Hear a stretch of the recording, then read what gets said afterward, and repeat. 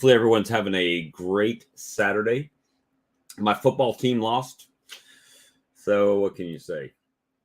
Man, we got everybody in here. Hey, how's everybody doing? We got Randy, Rex, Robert, Randy again, Richard, Tom, Kimberly, Russell. Good to see everybody. I got the link pinned right up there. If anybody's interested in joining tonight, who knows? Maybe Todd's always cooking. You're always cooking. I even went later, so you'd be done cooking. Hey, Chris, good to see you. So today was a little bit rainy in the morning. I went out and put some more feed on them and bottled up a ton. Well, I don't know, 400 bottles or so. Hey, Charlie. Hey. Saw you watched your video a little while ago. Yeah, a little something short and sweet. I like that. I like it. See, that's that ingenuity. Well, we could just put the plug and plug it right in the trailer lights, and there you go. Works. I mean, it was a pain. You get out there, and you had a battery, and you had 2 alligator clips, hooked on, and then after a while, the wiring would get, these are cheap little things, like Chinese junk, and the wiring would get. Then you had to rework the wiring or whatever to keep it going, or you'd get out there and you get halfway through, and your car battery dies on you, and I'm like, really?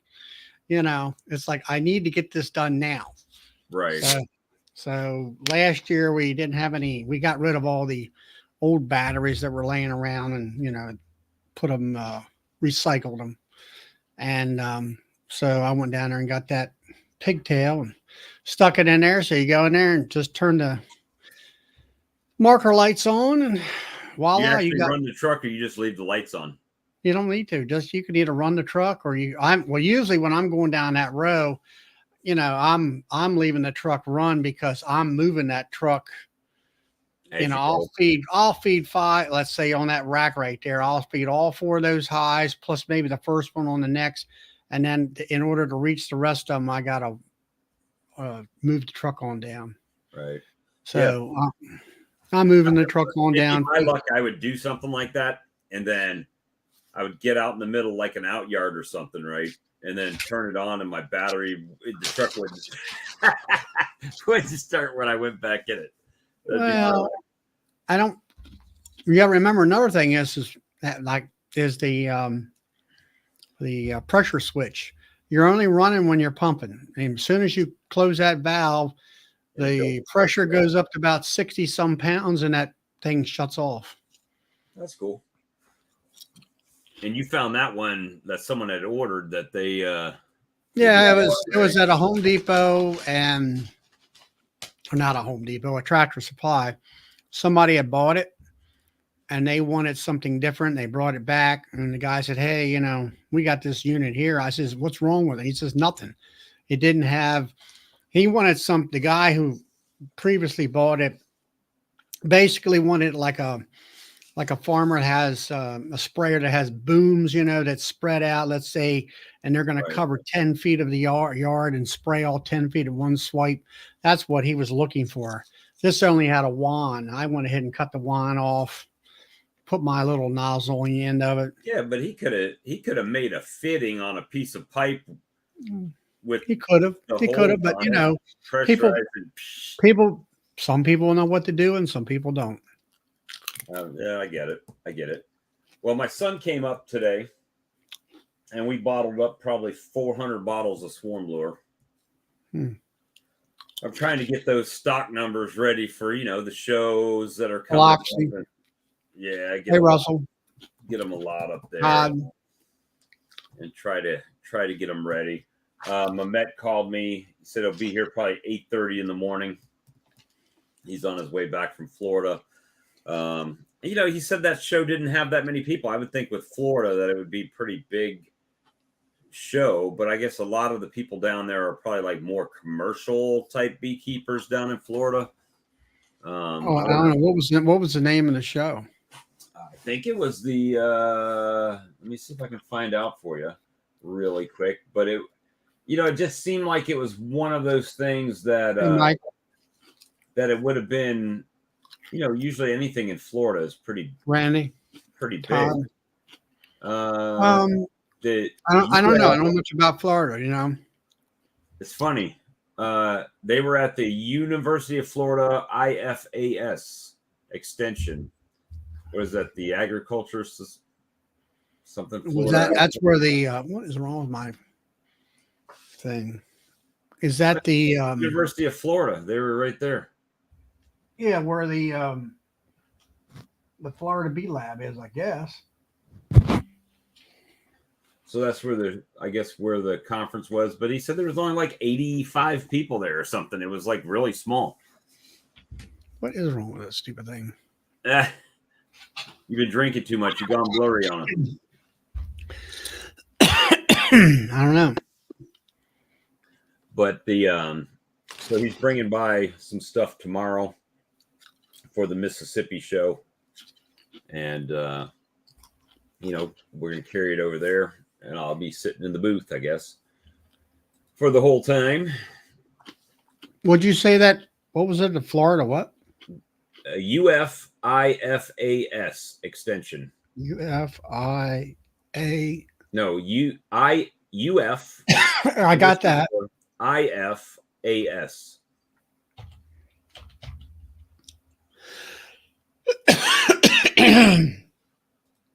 So that's probably the Institute of Food and Agricultural Sciences. Yeah, I don't. It probably has something to do with. It's nice if they use an acronym that they actually tell you what the acronym is for, right?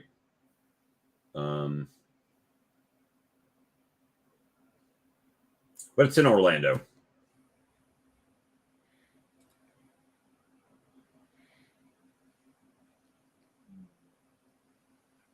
Yeah. I don't know. It didn't see. It doesn't say anything about bees. I don't know where he got that from, but still not focused. What is wrong with that thing? But they were evidently having something there. Today's the 14th, but they don't have it circled on the map, so I don't know. Or on the calendar, rather. Yeah. I don't know. We'll find out. They had something there, evidently. But yeah, he's coming back. And the so I've got the lure all packed up, trying to get my son and daughters kind of more into the fold and see how that goes. Matthew doing something offensive. I think what Mament needs to look at is like, all right, like Biloxi.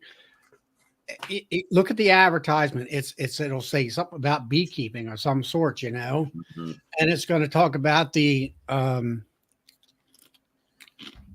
presenters, the speakers and stuff. And you can, if he knows anybody of these presenters, then you kind of get a gist of who's going to be there. Right. As far as the participants, not so much the speakers. It says Florida State annual meetings is what they were at. Sounds like commercial to me. Doesn't say beekeeping convention. Same like I don't know, like Columbia, Tennessee. There's a beekeepers convention down there. It's a couple of days. Yeah, it was the Florida State Beekeepers Association annual meeting. Was that where he went? Yeah, that's where he was. But not that many people showed up. I mean, on any given night, we could have more people in this live stream than they had at that show. You know what I mean?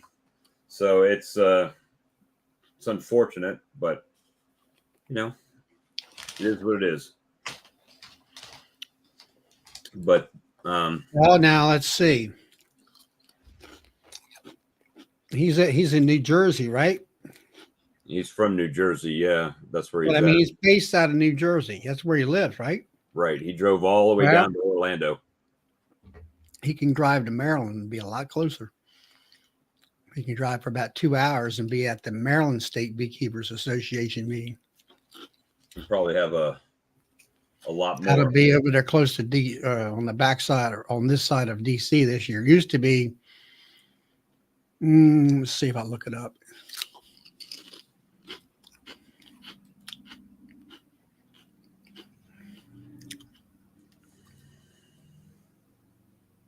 And then I talked to Rex today, who's in the chat. I saw Amir. Amir came by and got a sleeve of tablets and talked for a few minutes. So it's been kind of busy day today. Kind of busy. Oh, he's tankerade up. Not yet. Not Lucky yet. for you. How you doing? Doing okay. How are you? Pretty good. Did you cut up some comb today? I watched your video. No, actually. Just kind of did some yard work and we went to town for supplies. Didn't do much all I did was my job work. So now it's Saturday. You only have one more work day this week. Only one more work day this week. I filled the. Oh, it's sad, eh? It's sad. I fed up everybody today. Hey, Brad. And tell hey, Charlie.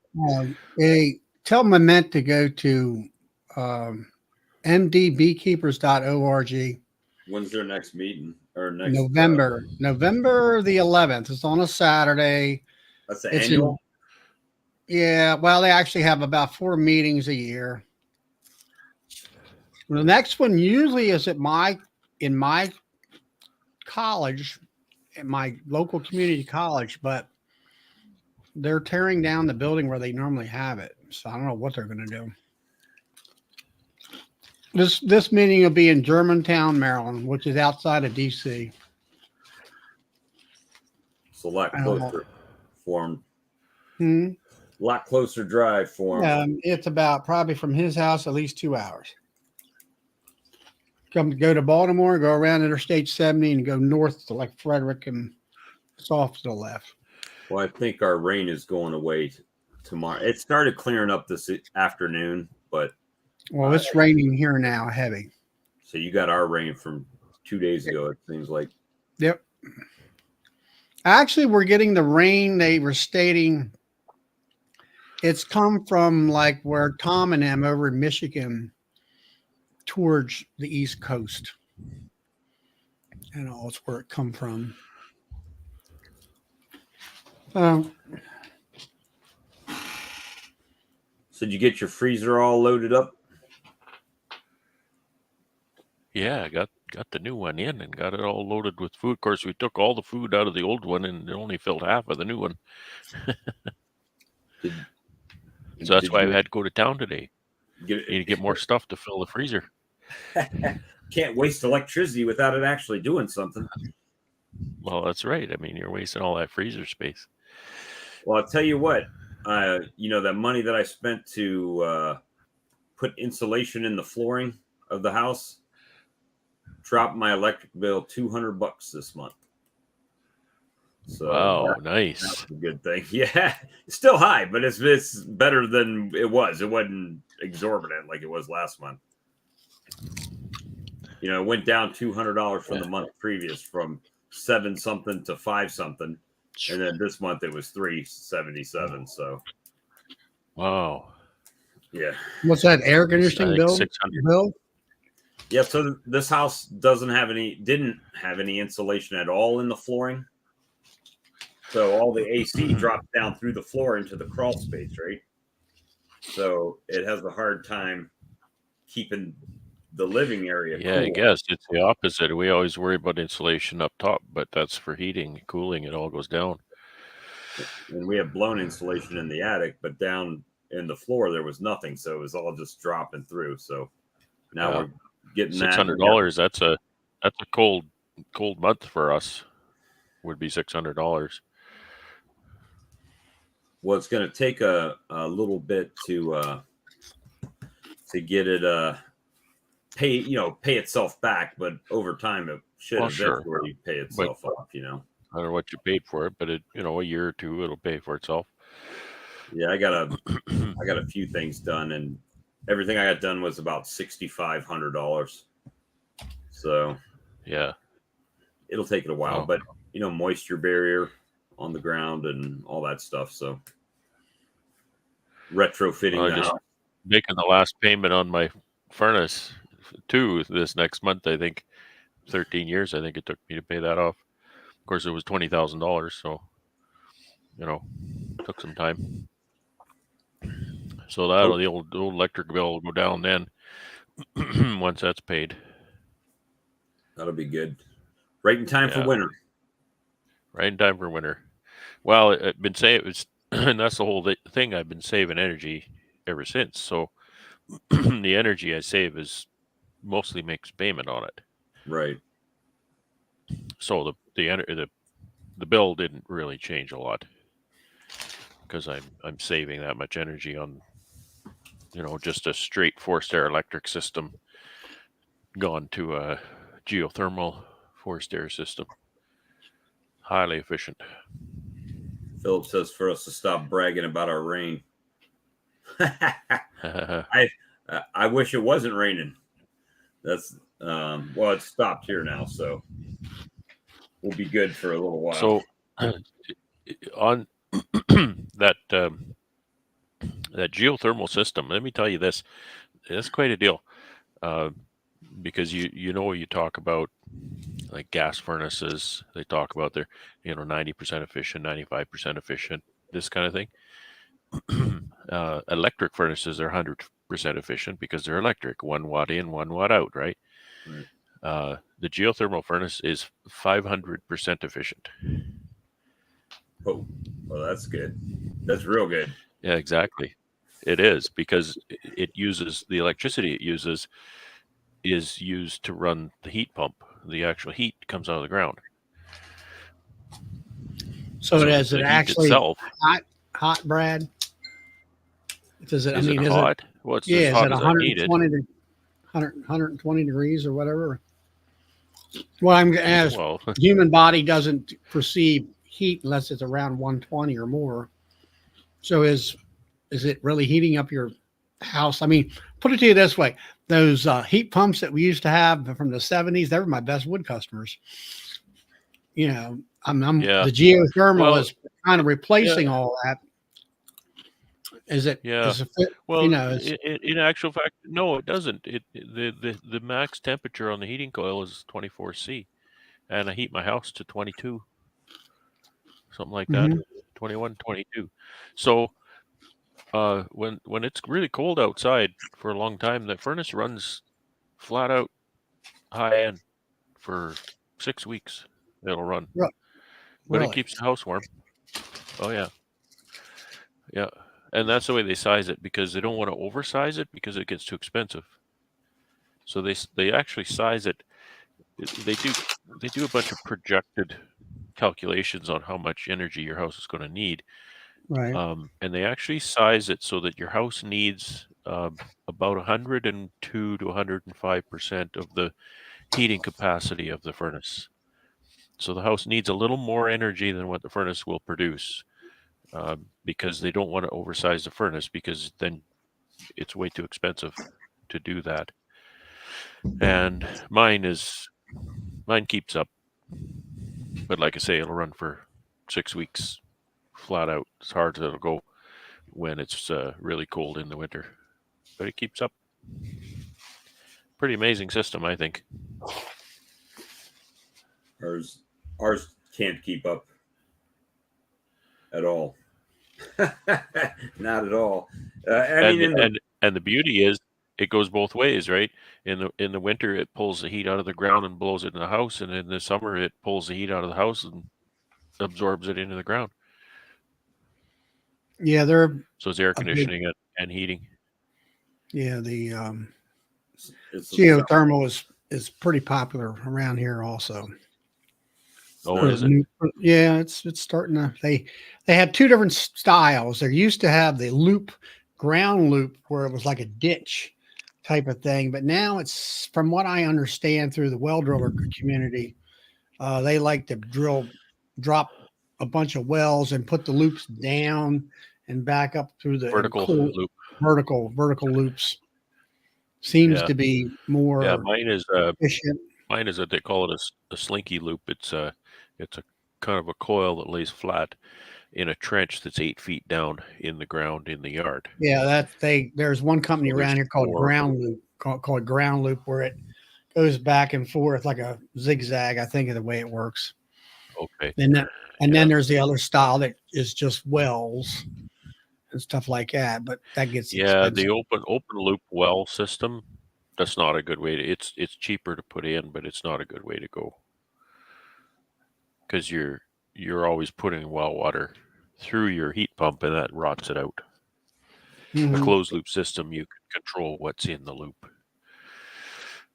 Right. So so there's probably almost 400 feet of trench. The trenches are 90 feet long, but the loop goes round and round in them. So it's a coil that goes around and around in the bottom of the loop, in the bottom of the trench, and it's 8 feet down. And it works great. I'm very happy with it. Now, is that like a plastic pipe, or I must, it's basically it's just a 3/4 inch black poly plastic, but it's a heavy wall poly, so it's a little tougher than what you'd find at your hardware store. But basically, it's the same thing as a hardware store. There's a 3/4 inch black poly pipe. I was watching the end of your video there where you were pulling that hive apart, and pretty much all honey and a little bit of open cell, but no brood or whatever. So whatsoever.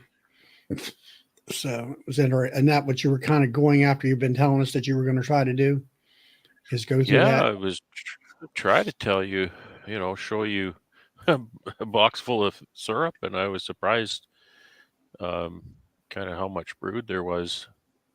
I think those colonies need to be fed a lot more. I just don't think we've got the weather for it. Right. That's all. I'm not really sure what to do. I know.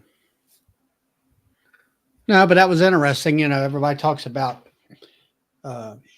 honeybound, as far as feeding him too much, but you're kind of proving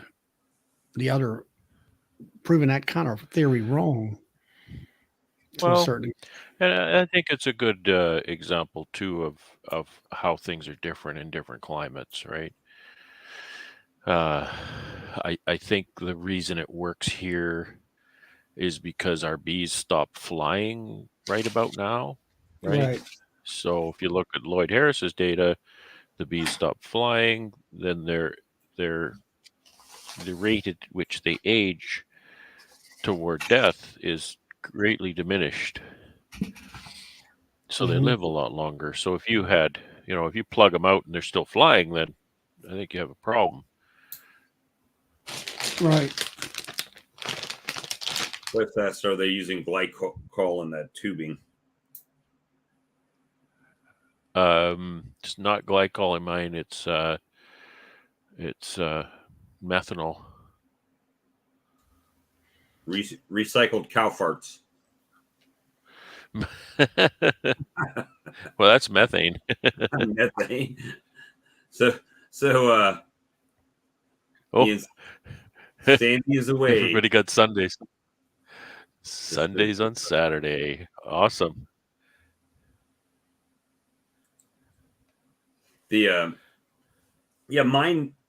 Mine I can't, I hate to say I can't do that, but it seems like they eat it just as fast as I can pump it into them. So they will start filling up. Yeah, the brood. They're brooding. Yeah. Right? That's what uses all your feed. So that goes hand in hand. Once you plug them out, then they stop brooding, and then they can, store all the feed. and whatnot. The beekeeper should use all 5 senses to observe. There's Doug. He says he's got the same thing, only a few more frames of brood yet. Yeah. The last of the winter bees. Those are the. Are you going to keep your maybes? Are you going to try to keep more feed on them, Doug, and get more feed in them yet? The weather is not cooperating for that, in my opinion, anyway. I think I need to get out there though and do it. Now, how cold is it right now, Brad? Around 5 or 6? Oh, right now here it says 3C. All right, 37 degrees. Puts that right up there. Yeah,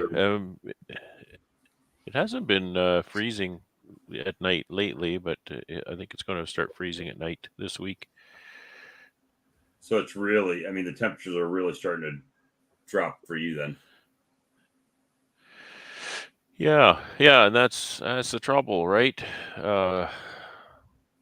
They slow down taking feed, and they can't cure it in that kind of condition. It's really hard to know. I wish I could go back a month or 6 weeks and put a big open feeder out and get some bulk feed in them that way. I think that puts on weight pretty fast. I think Todd's going to be joining us, but he's cooking as usual. I think he's watching sporting events and just says he's cooking. Football Friday or football Saturday. Doug's going to put another round on. I think I better get out there and do that too. You got probably enough. Start that tomorrow. You got enough feed left to do it, or you're gonna have to buy more sugar? I got some sugar. I think I got about 14 bags of sugar right now. Well, if you got, let's say your daylight temperatures are, let's say 11 or 12 C, which is 50 degrees here, is that warm enough for them bees to take that feed down and do whatever they need to do? They'll take it down. They'll take it down. Curing it is a bit tougher in the cold weather. Taking it down, though, they'll take feed down, down to 0 or less if the cluster is strong. That's another thing. Some of my clusters, they don't look very big. Yeah, I'll have to see the one that you went through today on the video. Was not a lot of bees, I'll say. Yeah. I don't know whether that's what it should look like for you or not. No, it should be stuffed. It should be stuffed right full. I'm pretty concerned. Yeah, compared to what I've seen it. Fondant, Russell says, can you use some fondant? Well, think of the scale first off. There's 200 colonies out there to put feed on. I'm not going to make fondant for 200 colonies, and even if I knew where to buy it, I don't think I could afford it. I'm certainly not buying 200 packages of Hive Alive. Right? I mean, what are those things for a pack of Hive Alive? I have no idea. Yeah. Now I'm looking at the month. Hive Alive packages. Well, I'll tell you in just a second, sir. Let's see. I mean, if I could source it, I could afford it. That's exactly what I'd do. A 1 kilogram fondant is $5.95 from Better Bee. 1 kilogram pack, $5.95. A case of 15 is $80. So there's $1,200. $1,200 to put a kilogram of fondant on.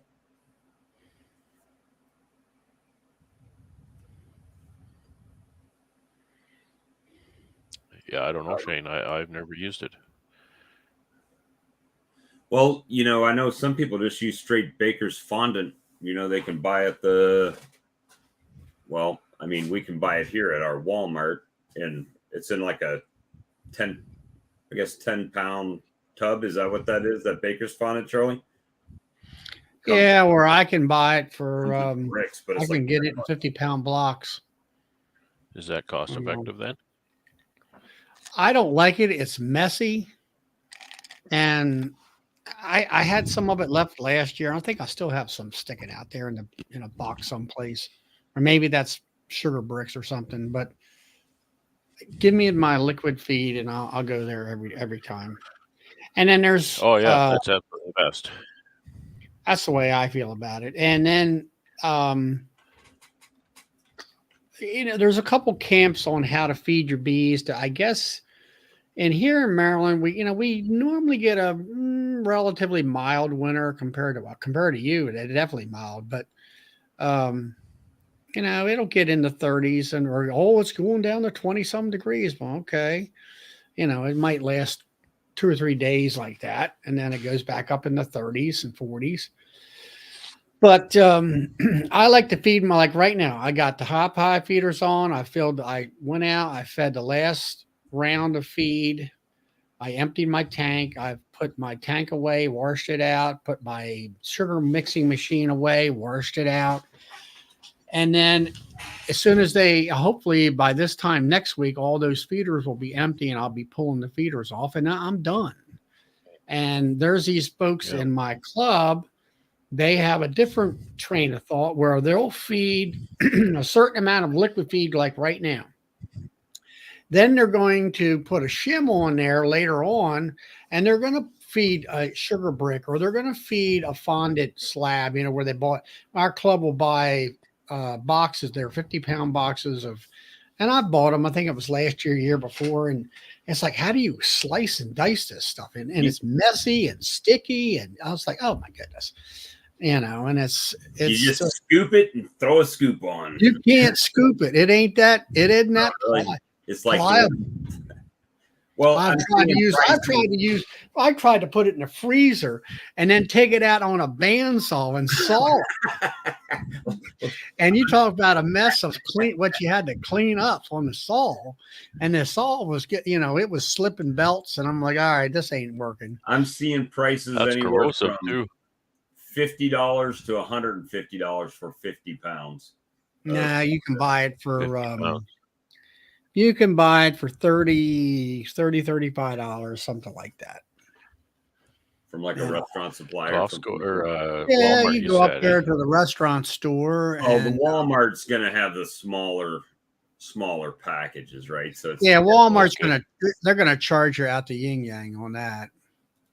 But I've used it and I've just cut it in little slim strips to put on a box. But I look at like sugar bricks and stuff like that as just insurance, right? Just insurance in case they run out of feed. But I'm doing my best this year to put enough feed on it to where I don't have to worry about them running out. And I can't tell if that's Philip's camera or if that's black screen, but we'll see. That's Philip. He's got a filter on or something. It's got like a round circle. Either we're looking at the eclipse. What's up, Philip? That's probably my glasses. Hey, guys. Let me see. All right. That's better. Yeah, I can buy a 50-pound. If I buy 3 or more boxes, it's 50 pounds a box. Now, that's probably 30, 40. Yeah, it's about $15 to $20 more this year than what it was last year. So, and all that. Yeah, I'm not making any candy boards. It doesn't get cold enough for long enough down here to just justify it. I can just pour it right into the feeder and let them get it. It works pretty well here. Now where you're at, that it's not very economically feasible to do it on 200 colonies, to make sugar boards. That'd be a lot of, plus you're giving them roughage that is going to be hard over the winter when they can't get out and take a dump. So I always notice anytime I've given them a sugar cake, I notice a lot of poop on it. Like they do eat it, they do consume it, but I notice a lot of poop on it. And I don't know if it's just my bees or what. They're just locked in, man. They can't get out. Oh. And I notice on the fondant, when it gets a warm day here, it just kind of gets oozy and Right. nasty down here. So that's why I don't do it. Well, you know, that's one advantage is there's no more warm days. Right. It seems, right? But I mean, as far as, you know, like I say, that was kind of the train of thought. There are some beekeepers in my club, they like to feed through the winter time. And I'm like, why? You know, I mean, feed them up and be done with them, you know, but you know, maybe they like to play with their bees in the middle of the winter. You know, you got 4 hives or something like that. I had one guy call me last week, you know, he's right down the road, and he was saying about a top hive feeder, and I questioned him, you know, about, you know, feeding through the winter. I'm like, what are you trying to do here? I said, a top hive feeder, you put it in, you feed the bees and take it off. No, he said, you know, he was talking about the moisture, you know, in the middle of the winter. I said, well, then you don't want liquid. You want sugar bricks. You want to make a wooden shim for $2. And so I've been thinking a lot about next year, and if I'm going to continue to make a lot of 6-frame nukes to winter like I did this year. I've never made this many for wintering. I need a better way to feed. The jars are not doing it. They're hard to use. I really like that I can see the level of the syrup in them. And I think they're too slow. So I either need a pail that fits on those 6-framers, which is 11 inches, or I don't know if a hive top feeder would do it for me. Hive top feeders are nice because they're super easy to fill, aren't they? Lift the lid, squirt the fluid in, slam the lid. Yeah, that's like the purple hive. That's a license up there. Of course, I didn't know what a licensed hive was when I bought the feeders. I just knew that they fit on 5 frames, and that feeder that I use on my 5 frame definitely fits on that license hive, which is a 6 framer. And that insulated lid just goes right over top. You latch it down, you're done. And it holds about 3 quarts of water. So Russell asked if I need a box of bees to stay warm in the building. Not really, because it's climate controlled, right? It's 4C all the time, so it doesn't really matter how big they are. Mm-hmm. Now, the other thing I like, everybody talks about these license hives, and every time I pulled that one hive, it was in a hive I bought just to play with experiment wise. It's got handles in the front, as you can see there. And it's like, why didn't they put handles on the side of these boxes? Yeah. You know, I'm used to going on the side of the boxes, lift it up and set it over here on my foldable bench that I bought this year. And I'm like, I got to go like this, you know, I'm like, that's stupid. And all. Yeah, I mean, I like, you know, those license hives have kind of been a love-hate relationship for me this year. So I love the fact that they're so well insulated. I love the fact that they have the top hive feeder and everything. What I don't love about them is the fact that hive beetles, when they get in there, the only way you're getting them out is smashing them, or vacuuming them or something like that. It's not as easy as like just putting that bottom board on it and let them fall through. Mm-hmm. It's a little bit different. So it's a challenge, right? Even when you take the little discs, if you took the little discs out, they're not going to fall down in there. And after they've been in there for a season with the discs on, like a bottom board, they've done propolized them things down. So you could turn the whole box, bang it on the ground. Those discs aren't going to pop out of there easy. So you have to experiment wintering on honey. It's typically frowned upon.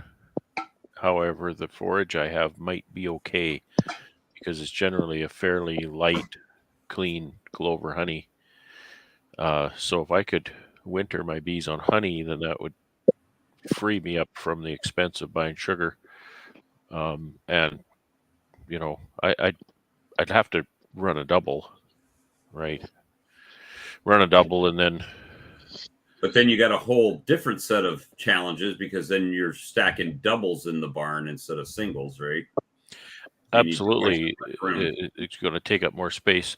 I only lose about a third though, because while the doubles stack higher, I can still stack 3 doubles in my building, whereas I stack 4 singles. Gotcha. So it's still, you know, it uses a little more room. That's Phil, what you out doing tonight? Oh, I'm just sitting by the campfire. I'm out at the farm. It's cold. It's cool here. It's 62, headed to 52. So it's nice. Yeah, it's 51 right now. Yeah, What do you got? I texted you. Night light Go ahead, on that? Charlie. You got a night light on that camera or something? That's a green light, a headlamp. Just sitting next to me. Okay, I thought it might have been. I'm feeling a little. Feeling the skeeters. Hey, Bob, I sent you a picture. Text. It's not too bad right now. I sent you a picture of my open air hive I discovered today on your text. You sent me a text message? Yeah.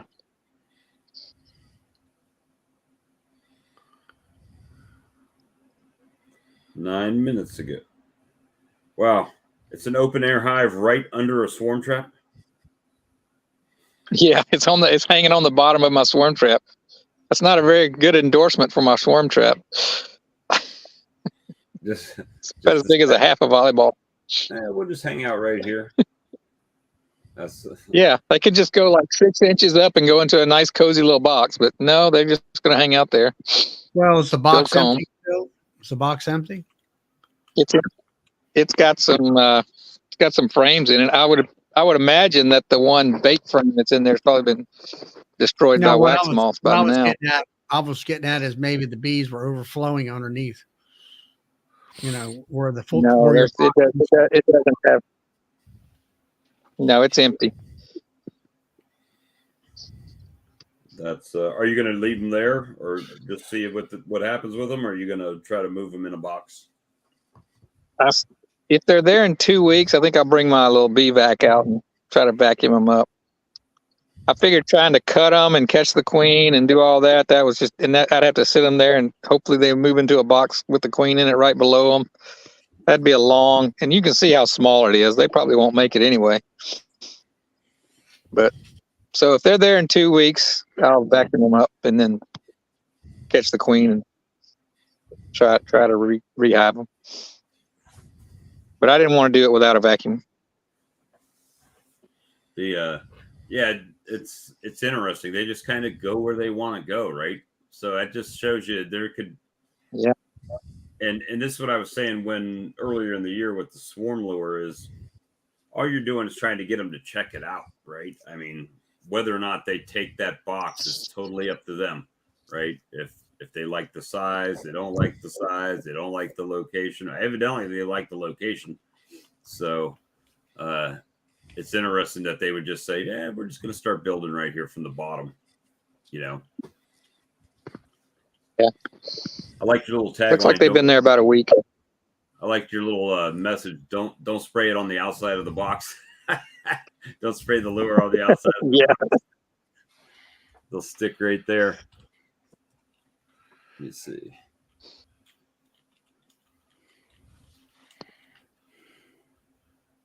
So, I mean, for me, back to the feed talk there. For me, I lose colonies either this time of year, right before winter, what we could classify as winter, or like you guys do, right before the flow really kicks off in the spring. You know, that little starting of the year, they'll kind of run out or starve out right at the last minute. So I'm trying to avoid that at all costs this year by just trying to put as much weight in the box as I can prior to that, and then give them something to do during the during the rest of the year. So I've still been draining my tote. So I fed them, and then I've filled up another 8 5-gallon pails to try to drain that out. But I still have a lot of syrup in the tote to try to get pulled out so I can get that off the truck. So I might have to search some more buckets, or people bring buckets over. We'll fill them up with some syrup and get this tote empty. Get it emptied out. You guys are real talkative tonight. I just wanted to say, I appreciate that. My connection is so bad. Over each other. So, yeah, Brad, your video confused me. You were saying you got too much brood, but the one you showed on your video, they had no brood. I was puzzled by that. Yeah, well, I didn't show all of it though. That's kind of one of the difficulties. The vlog is not supposed to be a real long video, and a lot of times it gets too long. Yeah. So there's going to be the full length video coming out here pretty soon. You'll see everything. There's quite a few more colonies. I checked. Okay. It's most of an hour. Yeah, some of those colonies had 2 or 3 frames of brood, which surprised me. So, I mean, are you talking all stages of brood or cap brood, like getting ready to hatch out? Or almost all sealed. There was very little open brood. A couple colonies had a little bit. I think I actually saw eggs in one of them, but almost, for the most part, no eggs. So maybe one more bucket, they'll backfill it up as they're hatching out. And yeah, there are quite a few empty cells, and so it was encouraging to see empty cells that she had not laid in. So that means that she's kind of taking a break. I would prefer those empty cells be full of syrup, but just a little more sugar will do it. Maybe I need to take Doug's advice. I need to get the syrup tank out again. It's just that Charlie was talking about it while I washed my syrup tank. I washed my syrup tank. So now I gotta make another tank of syrup. Mm-hmm. Yeah, well, it'll be okay because it was just I hadn't washed it in a while and it'd been getting a little bit black inside. So I filled it right up and poured a gallon of bleach in it and run it for a full tank of fuel in the pump, and that freshened it up real nice. So with my system, it's just a gravity drain. When I go to rinse it out, I need to let it dry all the way out. I mean, I probably should, right? Well, you're going to have to wash the syrup out of it because it'll mold. So you might have to get in there with a hose, hot water and a hose, and spray it really good along the sides and get all the syrup out of it. You want to dry it out too, but that's kind of hard to do. Right. Unless if you leave the cap off, then you got rain going in it and everything else. So yeah, that's the problem. Unless you set a bucket over top of the hole with some blocks or something to let it vent. Yeah. Maybe. There's always something. I don't know if you can, I don't know if you can circulate air through it somehow. I'll get my leaf blower. I'll set your leaf blower up there for a day. Really? Let it blow everything out. So Shane's asking when we sell nukes. We typically sell nukes here, typically in May. Hey, Todd. Hey, Todd. Hey, guys. Got his date ant hat on tonight. Yeah. I got my pajamas on. So I got a question for everybody. I do retail of honey. I had a guy coming today. He wants to buy 10 or 1 pound, $10 worth of honey, but he wants to use a credit card, and I'm like, I have a credit card machine for the business, but it's like, all right, then I got to, it's a hassle running that money through the business back to me. And I thought about like Vimo or whatever it is that my son uses, Venmo. Zelle is best. And I'm like, I told him to go over across the road where the 7-Eleven is. There's a money machine over there. Come back with cash. Which he didn't want to do that. Just buy a What's the credit card fee on that one, Phil? So what do you all do? Do you sell? Phil said I know Brad, was the best, and I'm wondering what the credit card fee is on that one, Phil. That's what I asked my son. Zelle is free, What's the credit card fee? and they don't. There's no credit card processing fee on it? No, it's bank to bank. No, Zelle's not a credit card. It's yeah, exactly. I didn't ask if it was a credit card. It's a system to accept credit cards for payment. No, it's a bank No, to it's bank not. transfer. You could do it through your phone number or through your. Well, that's not what Charlie's asking. He's asking about accepting credit cards. Is that what you could do to Square? No, he but was then you're asking gonna about pay Venmo. fees. Well, then Venmo is supposed to be where they have an I don't know what account that and is, you have but an he was account asking about type of accepting thing. credit cards. Is Venmo a method of accepting credit cards? No, it's not. No, I didn't know what Okay. the guy It's a had transfer. Venmo or not. He didn't Yeah, I offer don't that. know what that is. It was suggested as an alternative to accepting credit cards, and I didn't know what it was, so I only assumed that it was a method of accepting credit cards. no, that's what I All was right, saying. If you Jeremy's do, got it. Okay, thanks for that clarification. It says Jeremy says what I'm saying, Venmo is debit. Go ahead.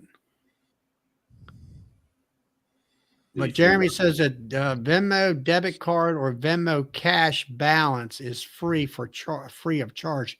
If a credit card is used to pay Venmo charges, the sender is a 3% fee. Right. My concern is most people don't use credit cards here for me. Usually it's cash, right? Yeah, cash for me or Cash App is usually, or they'll Zelle me just from their bank to my bank type of deal. And it goes through your, either your cell phone number or either your email address, right? And then you give them that and they can transfer it. The only thing I have, concerned about is where you get scammed or whatever, or, hijacked or whatever. Yeah, I haven't had any problems on mine, but most people pay cash for me. But occasionally someone. I don't think there's anything wrong with saying, cash. I mean, bring cash. What's the problem? That's what I say. Anything say. wrong with that? I don't. I accept just about anything, but I'm just saying. It kind of depends for me. If you're buying a $20 or $30 bottle and you just spent $100 with the sawmill, I'll run it all together and I'll just take some cash out of the cash box and let it go at that. But sure. If it's just a $10 thing, you're losing money because I got to pay percent. I think I pay 3%. And then I think for them to use their credit cards. Well, even PayPal's going to charge you, right? I think so. Mm-hmm. PayPal, I guess if you take it, the slow withdrawal method is free. But if you're like want to instant put it in your bank, then it's a charge to it. But what I found is when I was invoicing, like when I first started with the swarm lure and I was invoicing through PayPal, they were taking a fee to invoice it. Then when they paid the bill, they were taking a fee for me to withdraw the money. And I was like, man, that just made me switch my whole system over to Stripe. And now I just send everything through Stripe, through email. Right. That way. I know, like at our Bee Club, we went and bought Square because, the public, they don't know what cash is anymore. Yeah. So Jeremy said Venmo has a 1.75% fee when you transfer it to your bank account. Only if you could do it instantly or take 2 to 3 business days to do it. It's free.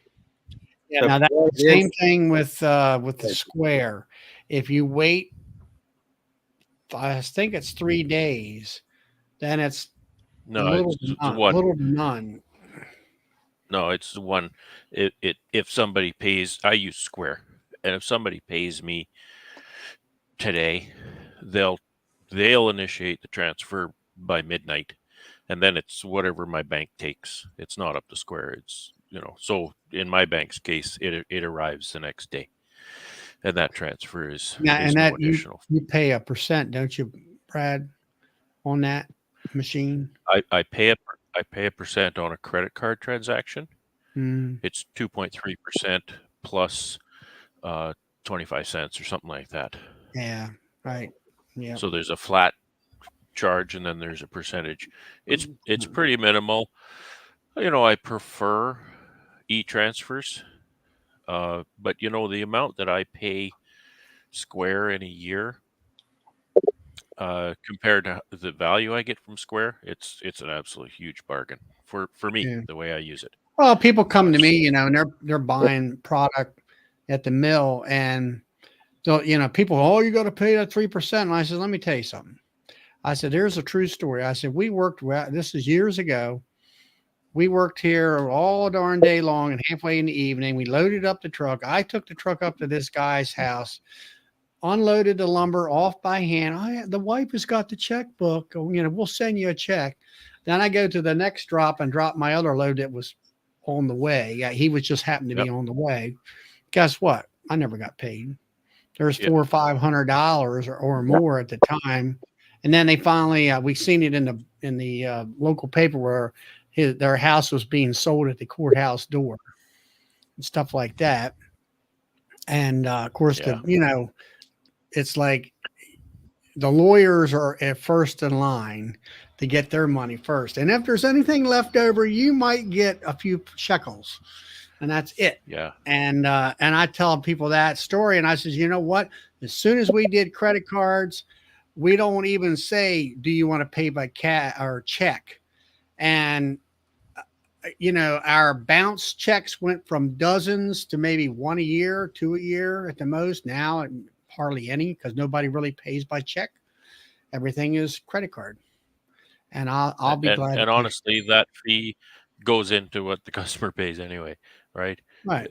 Ultimately, all of those fees, all of your expenses of business, they all go into what the customer pays anyway. So, right. If the general public wants to use credit cards, then the public gets to use credit cards, and the public will pay to use credit cards, right, whether they think they're paying or not.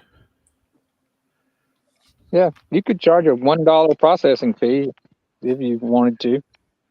Yeah, most of the time, we're here at the house, and they whip out cash usually.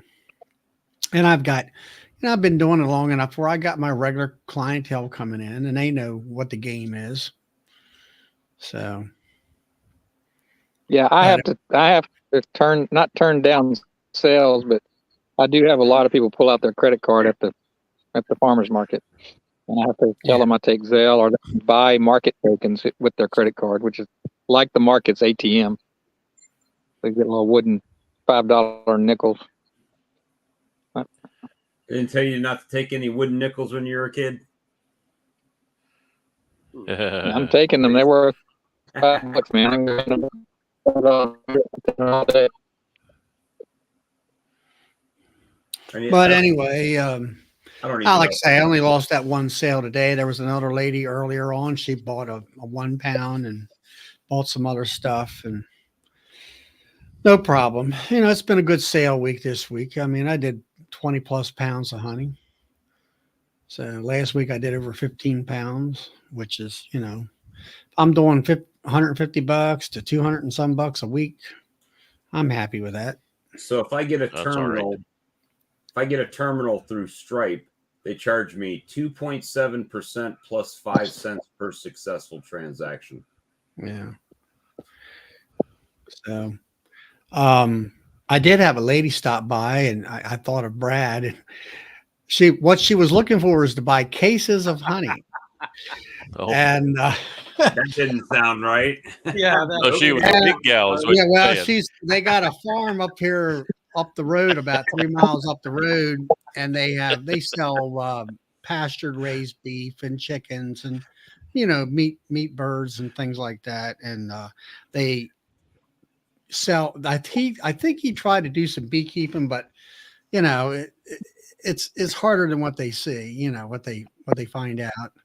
So I did ask him. I said, "How much reminded you of me?" Yeah. I says, "How much honey you sell?" He says, "Oh, we do about 60 pounds a week." I said, "Well, hell, that's a 5-gallon bucket worth." And she was like, "Really?" I says, "Yeah." And I said, so you're looking for cases of honey? I said, yeah. I said, well, you going up here to my friend's place. He's a packer. I said, he'll have all the cases you want, 1 pound, 2 pounds, 3 pounds, what you would want to sell, 1, 2s, and 3s. I said, he'll hook you up. You know, if it's local honey, I said, look, it comes out of a drum. You know, I said, you know, when they got orange honey, it ain't local. It comes from Florida. Yeah, for sure. Or, you know, I see he does have local honey. I mean, he goes to the local commercial guy. It might be around Frederick or something. Huh? He's buying Todd's orange honey. Mm-hmm. That went fast. I like collecting. Is it my You're cutting in is and it out. my Breaking connection? But Charlie's sound. No, it's yours. I'm going to get off of here. You guys are sounding like Stephen Hawking. Yeah, you guys are sounding like Stephen Hawking. So I'm gonna see y'all later. I'm gonna listen. What's wrong with that? Shane says cash is king. That's what I say. Cash is king. Oh, is it the sound of my voice, or is it my level of intelligence that makes me sound like Stephen Hawking? Who is that anyway? You don't know who Stephen Hawking is? No. He's a very intelligent. Well, he was. He was. Yeah. Speaking of very intelligent people, look at there. Uh-oh. What I do room for one more. There he is. When the boss shows up, I usually get chastised. So what I do wrong tonight?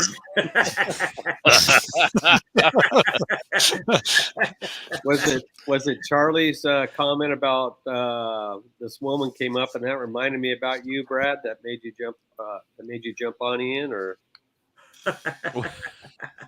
No, I just thought she was a really big gal, so you reminded Charlie of me. No, I was just thinking about bulk honey sales. I wish she would probably clean me out in a couple, 2 or 3 months. You know, I'm like, I don't want to do that. I want my stuff to last from year to year, season to season. Well, there's always that, but there is something to be said about getting rid of all your honey. Like, if you're going to sell it, yeah, you're going to sell it. But there's one I know. Giving it away. Yeah, there's a commercial beekeeper up in New Jersey. And there's one when I was at a conference where he was speaking, and he said the main thing that you never want to do was to run out of honey. Yeah. You know, when it comes to your customers. Up, the flag just got flown. We got to sing, "Oh, Canada." I don't want to show you all my bee yards. Yeah, that's what I was going to say. Now the other map there. You're doomed. You're destined to show them off now. Well, I think there's something to be said for that, Charlie, because your regular customers that kind of like to depend on that. Well, they do come in, Brad, and say, like the one gal, the mermaid girl comes in and she wants 4, when she buying 12. That's what she texts me. It's so-and-so the mermaid. And I'm like, and she said, I want 12 pounds of honey, that's what that's honey. Yeah. She swim up in the harbor or what? No. Charlie has mermaids buying honey from him. Charlie is my hero. Well, I'll tell you one thing. This chick that came in here for James has unicorns. Charlie's got mermaids. The girl that came in and wanted the bulk honey, she was a looker. Ian, are you seeing brood in your colonies? I was going to say there's the other side of the coin too. That unless you're, if somebody comes in here and says, "I want to buy 500 pounds of honey and I want to give you $2 a pound," I'd say, "Well, you just find your way out the same way you came in, because you're not going to buy it from me." You sounded. But if somebody walks in and says they want to buy a couple 100 pounds of honey for the same price I'm selling it for, to everybody else, it's kind of like, okay, here you go, because it's. That's the whole game, to sell the honey, right? I don't try to sell it. It sells itself. So it just, there's no discounts. There's no sales. It just all sells. Yeah. Well, the thing of it is, she came in and said, "There's my neighbor up the road, right up the road. I'm talking a half a mile up the road. I've been buying it from him up there." And like, yeah. And I said, "I know where he gets his honey, and it ain't out no Hive either."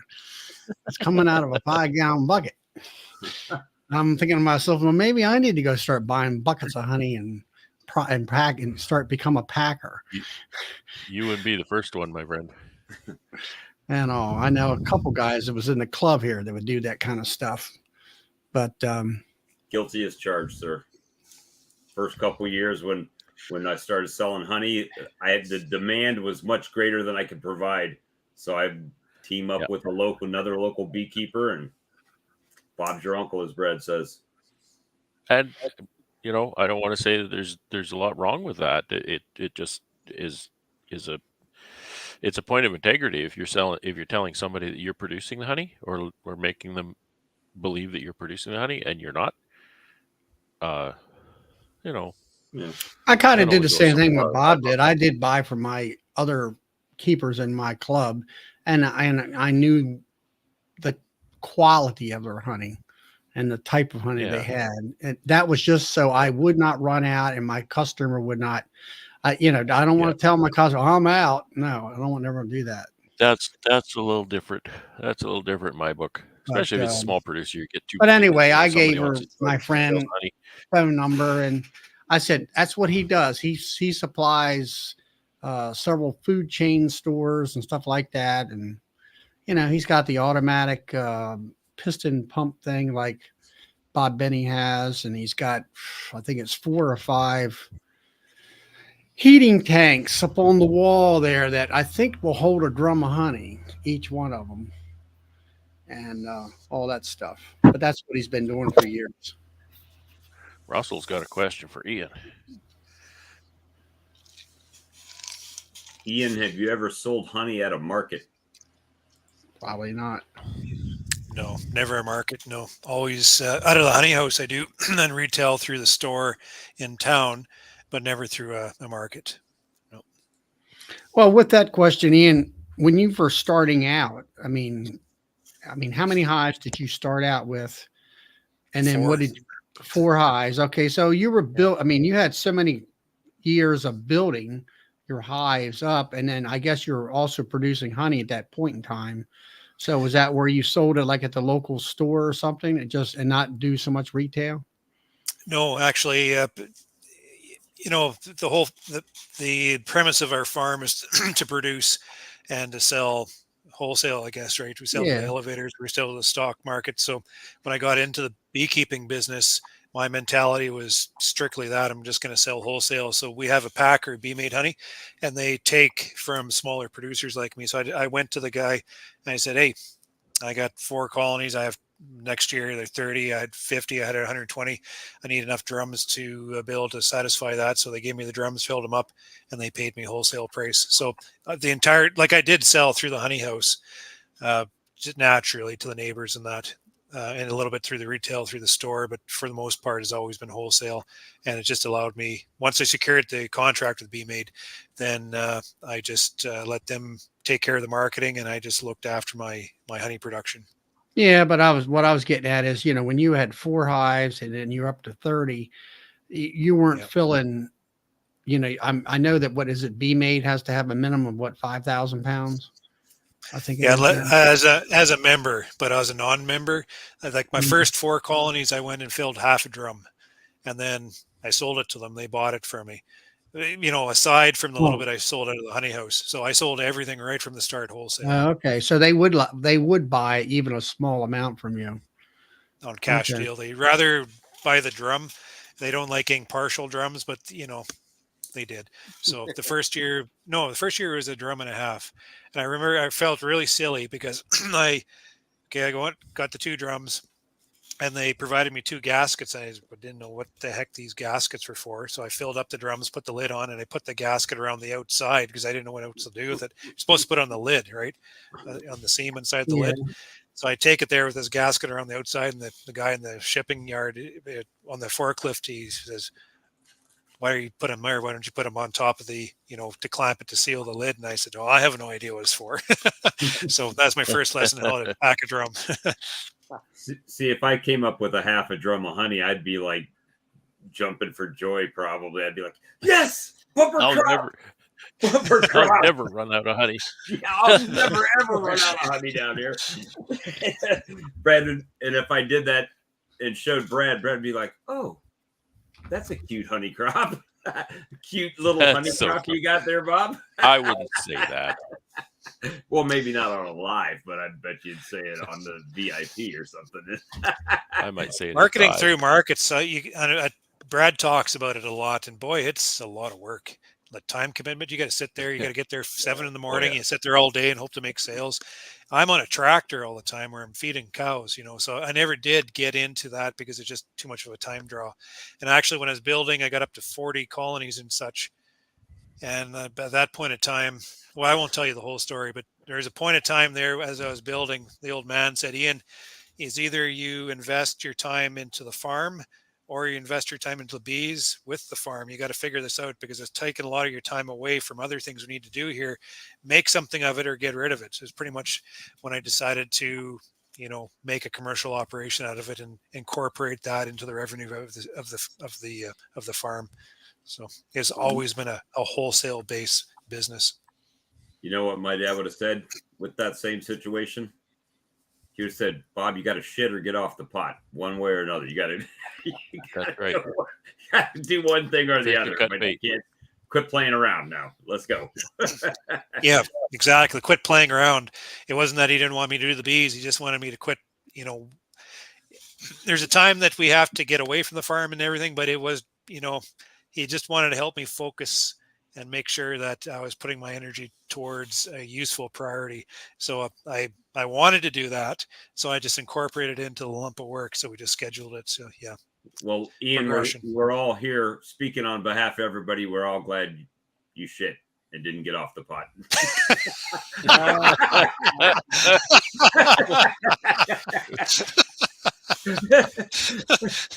Well, I don't know what to say to that. Man, Bob could say That's nasty, Bob. That's only Bob.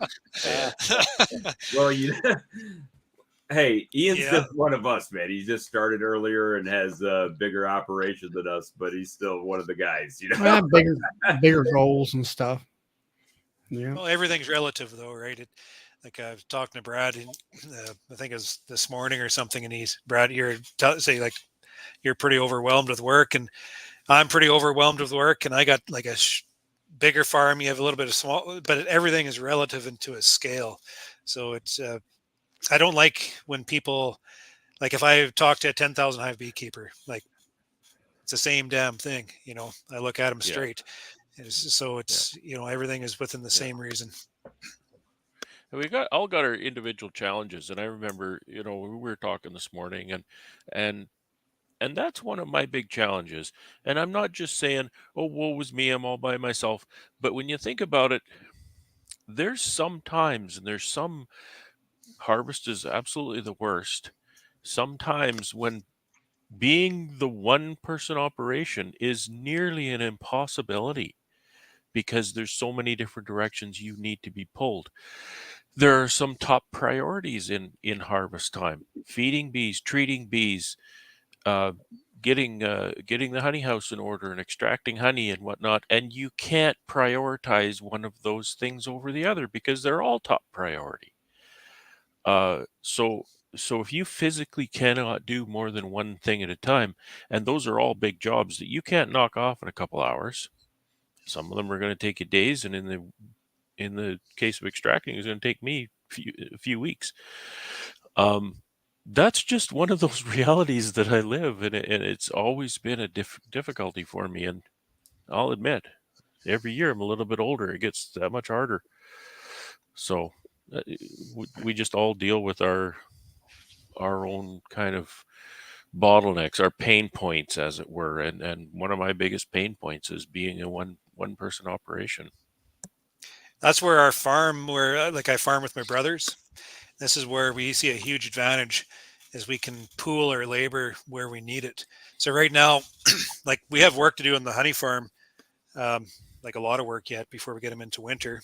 I have Carrie here to help me do that. But my brother Adam, he manages a grain farm, and he's pulled over. We're into sunflowers right now. So he has a 3 or 4 man crew in the field getting the sunflower crop off. but we desperately need to get land work done.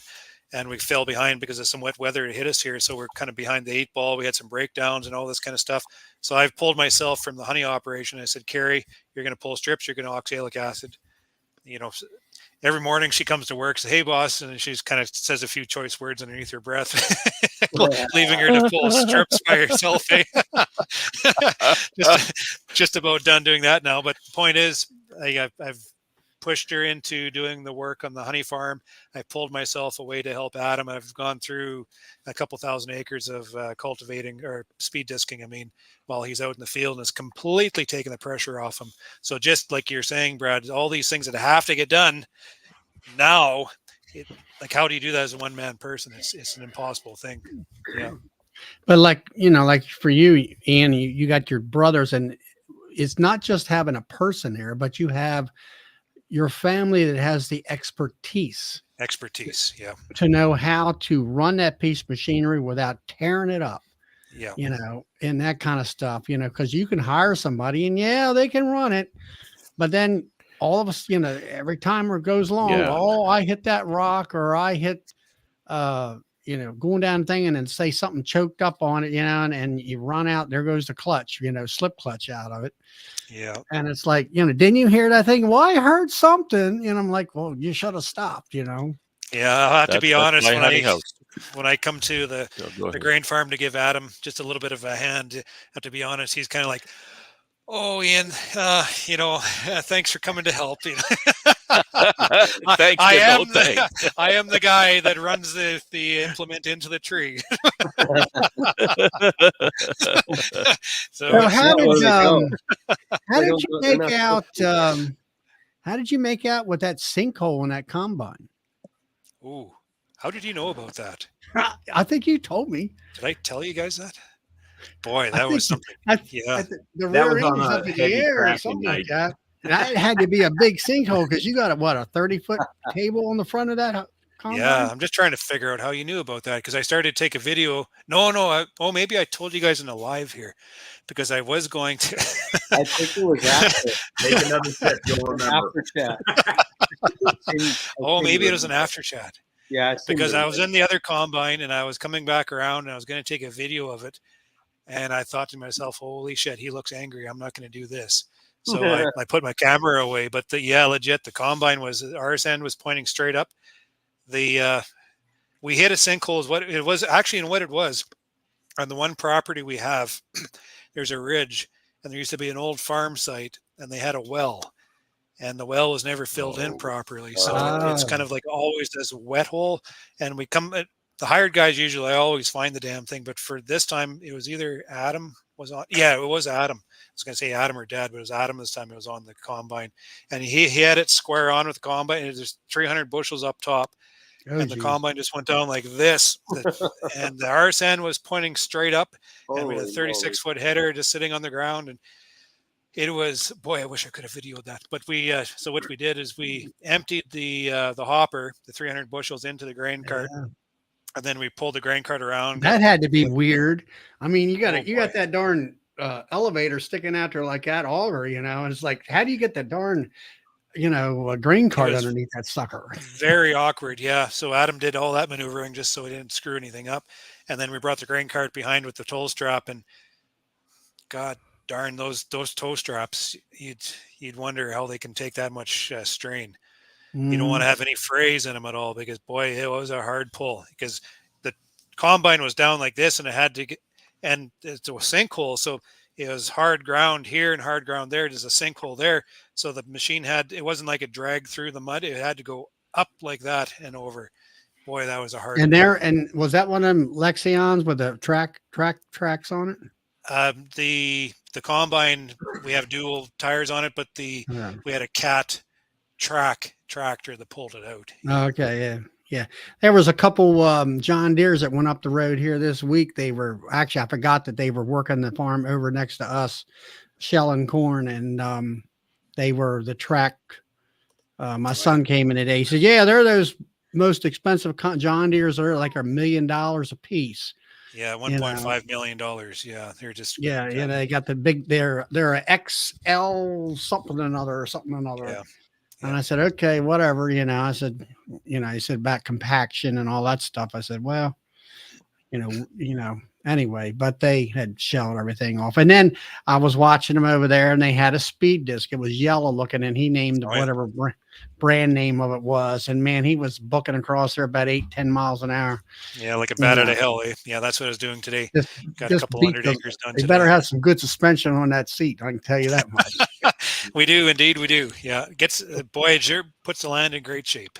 That's one thing about them, and they hit the stones and they just kind of over the stones. So that's good for us too. And then I seen him coming back up there. Was going down the road on a dual highway area, and he had it all folded up, and like you were. I didn't quite understand all the patterns, but you had like 2 rows of disc, and then I'll say like a color packer type roller on the back end of it, or something like that, to kind of smooth the dirt out.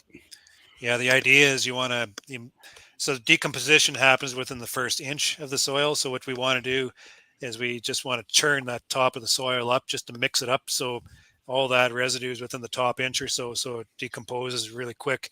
And then, so we go through the couple discs, almost throw it in the air, mix it up. And then the packers behind pack it down just to get the good soil contact to the residue. So it decomposes. It does a beautiful job. Yeah. Bet you didn't buy those straps at Harbor Freight or Northern Tool. I don't know where he got them. They weren't made in China, that's for sure. I don't know if it helps any, but we tie a jacket to it, right? So if it does break, it doesn't break up like that. It just, the weight of the jacket's supposed to keep the strap down. So when it breaks apart, some guys put a tire on them.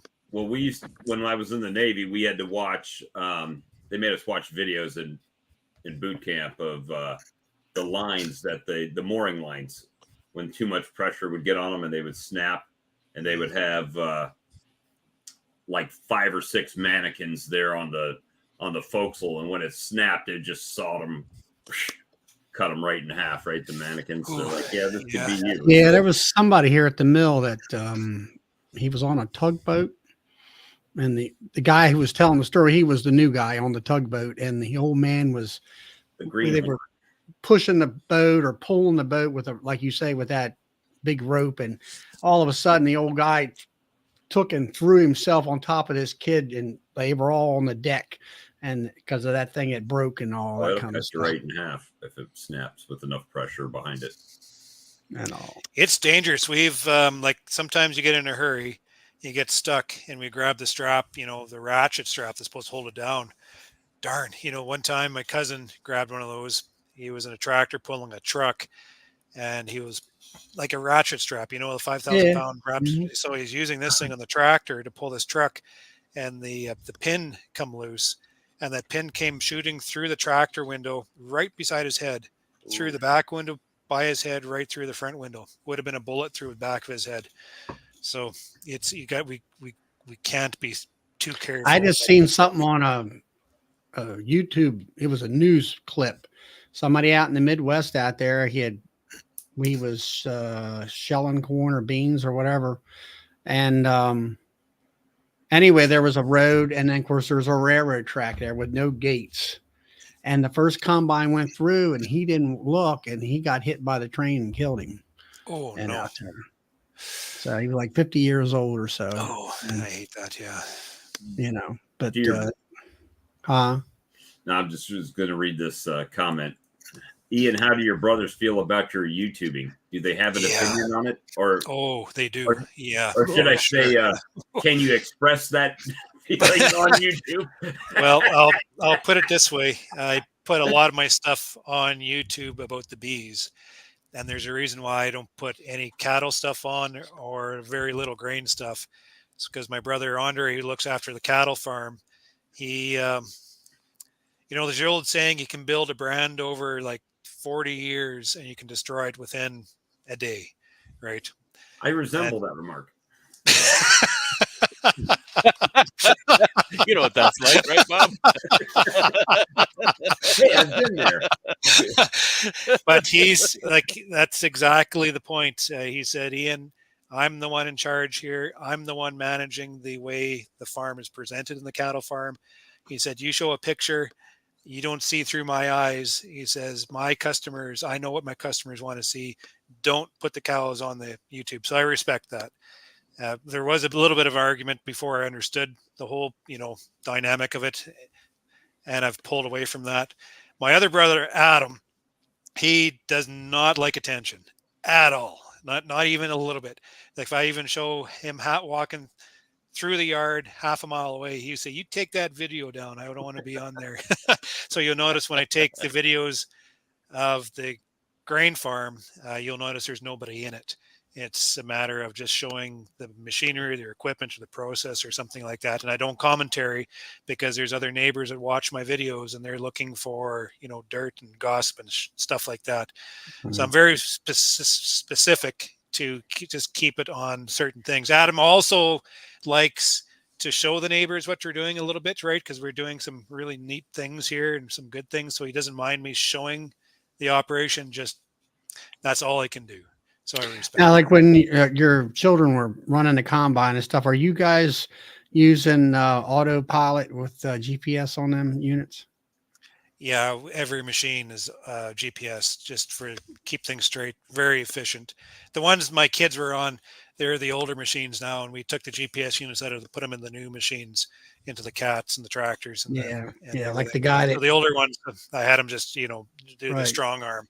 It's like the fields, right? Well, the ones that gray part up there, that's probably last year. It was corn. We've been renting it out to one farmer here. He does between 6,000 and 8,000 acres, and it's more like postage stamp farming, for him.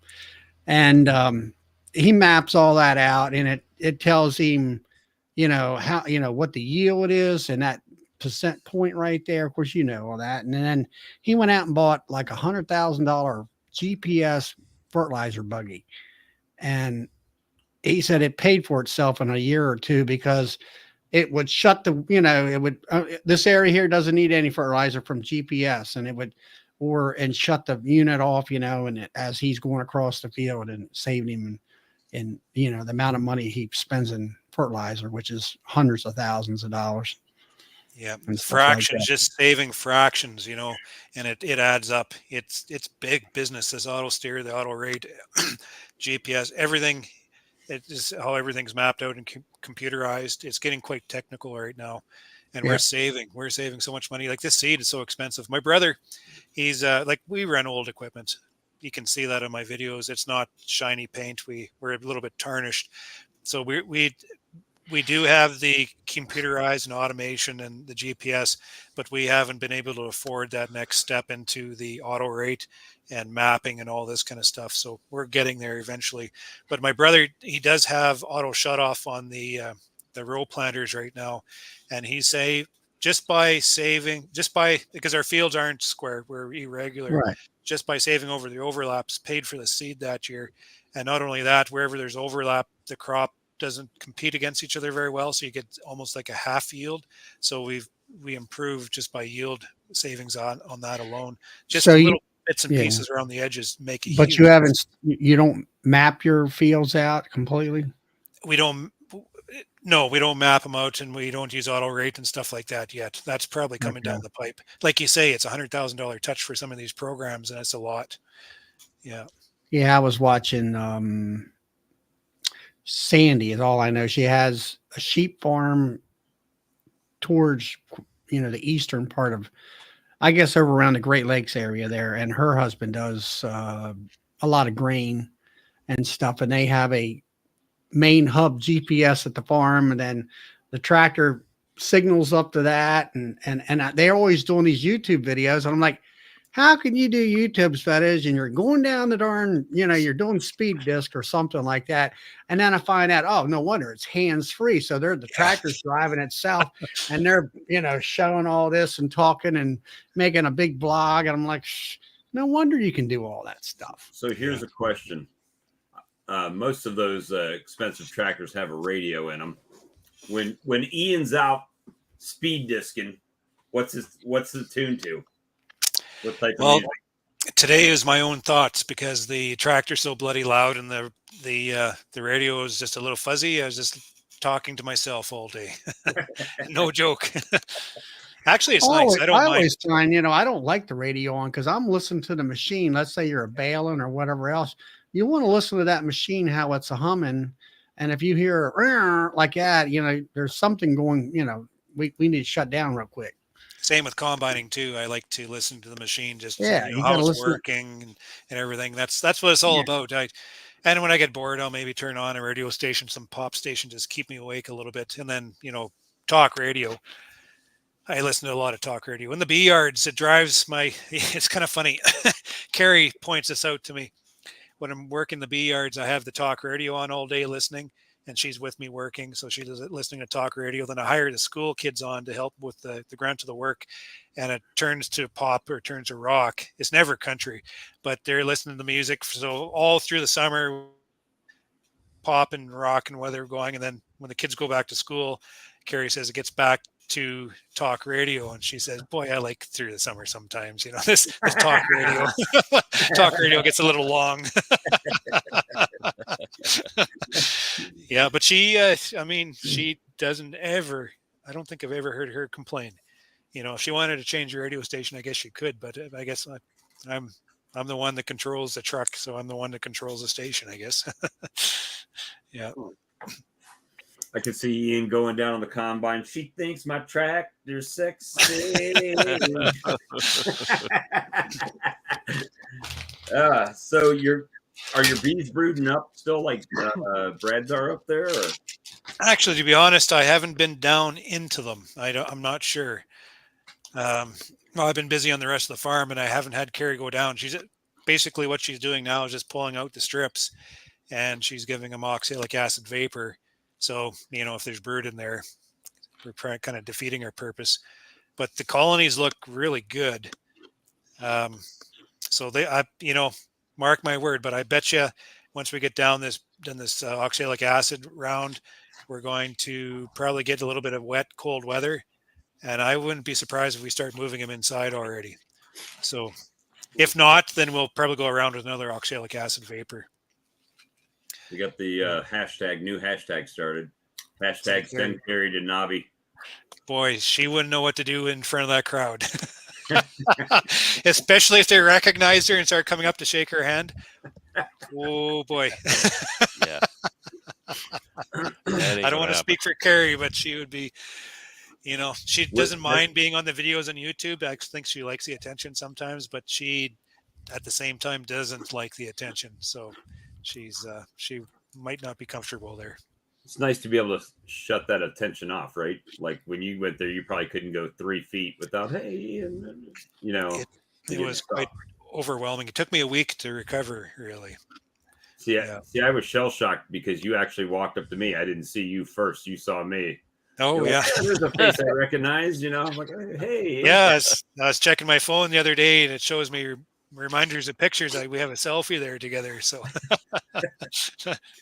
yep. I'm going to Iowa at the beginning of November, 9th of November. And my company, I feel a little bit out of place there. They have me going there to speak, but Jamie Ellis is going to be there, Marla Spivak, Lewis Bartlett, and Tom Seeley. And then they have me. Oh, boy, that's quite the lineup, isn't it? Good company. Yeah. Holy. Wow. That should show you something about you, how people hold you in regard. Oh, I don't know where I fit in that. It should be a confidence builder. Not that you have a confidence issue, but I know you don't like to speak in front of people that much. Well, I'll tell you exactly where you fit in there. You are the interface between those names and us. You are the application to what all of those people are talking about, right? Because they're all academics, right? You're the application to that. And that's what we look at. We look at, we listen to Tom Seeley, we listen to Lewis Bartlett. I mean, Lewis is pretty realistic. It's pretty easy to listen to and entertaining, but he's still an academic. Right. And he's a beekeeper. So we listen to the academics, and then we have to translate that in our own head to what we're doing. And you help us collect those thoughts, to organize those thoughts between what those academics are saying and what we need to take home into the bee yard. Oh, yeah. So that's my opinion anyway. Yeah, I'm the applied guy, I guess. I guess you're right about that. Marla Spivak. Remind me, is she? She's the propolis lady. She's That's what I think of her as. Yeah, We she's need to the get Well, her propolis on then here. she's out of the University of Minnesota, I believe it Minnesota. is. Yeah. What part And- of Iowa is that in? Well, I'm flying into Des Moines, Yeah. and then they've rented a car for me, so I'm going to drive 45 minutes in some direction. I'm not sure exactly. So it's But she be a also, nice drive. I think she developed. She worked on the Minnesota hygienic bee. She did. I Yeah. believe. I believe she developed that. And then one of her talks is the propolis envelope about, within the hive and being antibacterial type of thing. Oh, Now, we were discussing about mites, and when you do a shake, Ian, Here we go. I was watching, and are you looking for what? You say you were shaking zeros, and let's say if you had one or two or three mites in the bottom of the thing. I always find, if it's three mites and you're kind of like, we should be treating real quick here type of thing. Is that what I guess what I'm getting at is you got 300 bees. If 1% is supposed to be three mites, and then 2% is 6, and then up to 9 for 3%. We'll do my mite lesson again, Charlie. Nah, we're not going to do that. Oh, What I've noticed sound is, and maybe I'm not reading it right, is that people are shaking. They want to see one mite in the cup or two mites in the cup, maybe 3, but anything beyond that, they're like, this is not good type of thing. Is that where you're at with that too? Oh, that's a good question, Charlie. How am I going to answer that? Well, so I'm pretty much in the routine now that I'm treating anyways. And what I'm doing with the mite washes is just monitoring the efficacy of my treatments. So I'm always monitoring, and so it's not so much a matter of the shake telling me if I should treat or not. Now I'm always treating. It's just, is the treatment working? So like for last year, for instance, I used Apivar and the product didn't work. So I this time of year, it was actually exactly this time of year going through, and I'm seeing issues with my colonies. What the hell's going on? So I'm going down and shaking and shaking and shaking. Right. What's going on, right? And that's telling me that there was a problem. This year, to be honest, I haven't done a shake because everything looks so damn good. So it's I'm using the shakes to determine Yeah, I understand that, but I was just wondering what your like last year. That was when you had the hives out in front of your shed and stuff like that, and you were, trying to figure out all these different problems. And yeah. But so if you go out there and you see 3 mites, is that something that you're worried about after a treatment, or is that? Well, yeah, 3% or 3 mites would be 1% or something like that. So then I do another one. Is that one 5%? The next one, no, none. So like if I see a 1%, no shake, and then another 1%, I'm like, it's fairly low. I'm not shaking everyone. I'm just shaking randoms all the way through. But if I shake that 1%, I'm going to be shaking another one to see if I'm following up with another 1% or if it's going to find another 5%. And that's what happened last year. I was finding maybe a 2.5, a 25, a 10, a 12, a 5, a 0, 0, 0, 0, 0, 1, 25, So I don't know if I was just, I had noticed a lot of different, not just from you, but different other videos where they're holding it up, and they're either seeing a pot full of mites in there, or they're showing, oh, I got 1 mite, I'm like, wait a minute, that's not, the mathematic isn't right there, depending on how much how many bees they put in there too, as far as whether it's a half a cup or quarter cup or something like that. Consistency. Yeah. But you know what? When you watch Bob Binney, and I'd compare what he does with his shakes the same as like kind of what I do. He's going through and he's monitoring. So you shake, there's 3 mites in there. not sure what to think about that. And he goes and shakes a bunch more, and they're good. And he carries on. Or there's one video is like, I think that's what I'm getting at. It yeah, is and then, that I watch him. 5. I watch him a lot, and you get to thinking, well, wait a minute, 3 mites in the cup ain't too good, or we see 1 mite. I mean, for me, and I'm like you, I don't really do a lot of shakes, hardly at all. Or actually, I do a lot of shakes. Just this fall, I haven't. I've been so busy, and things just look. Things look very consistent. I haven't done this. Yeah, I try to. My main goal is just to keep the mites suppressed, very low percentages throughout the whole year. And like I've said in the past, I mean, last year I had my state apiarist come in and we did a test for the National Honeybee Survey. And so 4 months later, it was like about this time last year, weather was a little bit nicer. And so far as the Varroa mite count, I think it was like 1,100 bees that they took samples of out of multiple hives. And I had a 0.2%, which is less than 1%. I've got a problem in at least one of my hives out there. Amir came over and I had some bees walking on the ground. So I put my finger down, let her walk up on my finger, and she had deformed wing virus. So there was 2 of them that we saw right there. So I don't know which colony it is, but they're getting ready. Well, I think when the inspector came here, we were going through frames. One of the other processes was actually to shake the larvae out of the frames onto a pan, and then she got all that and sent it to the laboratory. They sent alcohol wash bees to laboratory. That was like 1,100 bees. She also sent a box of live bees to the laboratory and for viruses and things like that. I got the papers around here someplace, but the first part was just the mite load, and which was less than 1%, which I was happy.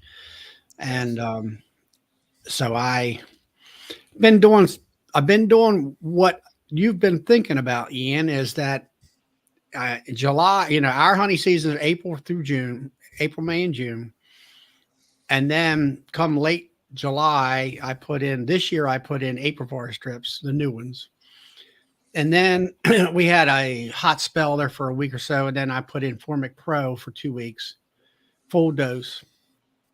And now I'm feeding and I'm done with that. And then till the beginning of March of next year, I will do 1 or 2 OA treatments throughout the winter. And then I also have these chloroplast boards underneath my screen bottom boards, and I'll scrape them off clean. I'll do an OA treatment, and I'll come back 3 days later just to not to count, but to look at the drop. And that'll kind of give me a general indication of where I'm at with my mites and stuff. I've had one nuke that was like loaded. I'm like, what is going on? And everybody else around it was fine. And I, of course, treated that hive a little extra to get that mite load down. But from that national survey, I think I got a good mite treatment program here that keeps that mite load suppressed. Hopefully continues on and everything. Yeah, isn't that the secret to it all? Just keep those mites down, keeps the virus out, and it just keeps all the rest of the complicating factors at bay. It's a damn. And I've been doing that, and it seems to be working. Hopefully, it'll be everything will be good too for this year. And then I've been using Apis Biologic in my feed, and this spring was the first spring I had with Apis going through the winter in my sugar water. And I mean, I had visibly, bees from the bottom board to the roof and brood, and I mean, it did what they say it does. It's a brood bee building thing. And then Todd here did the same stuff. And we both, I think, observed that our bees are very vibrant and I don't know. They just seem to like they were feeling good, and they're just strong in the hives throughout the whole season and everything. So anyway, that's what we found. I bought those Apivar strips at Hive Life last year, and they were the older strips, right? The 50 pack. Mhm. And that's why I'm kind of concerned with the deformed wing virus that I saw today, because all of those strips ran a full 6 weeks and came out 2 weeks ago. So I wouldn't assume I would be seeing that at this point of the season.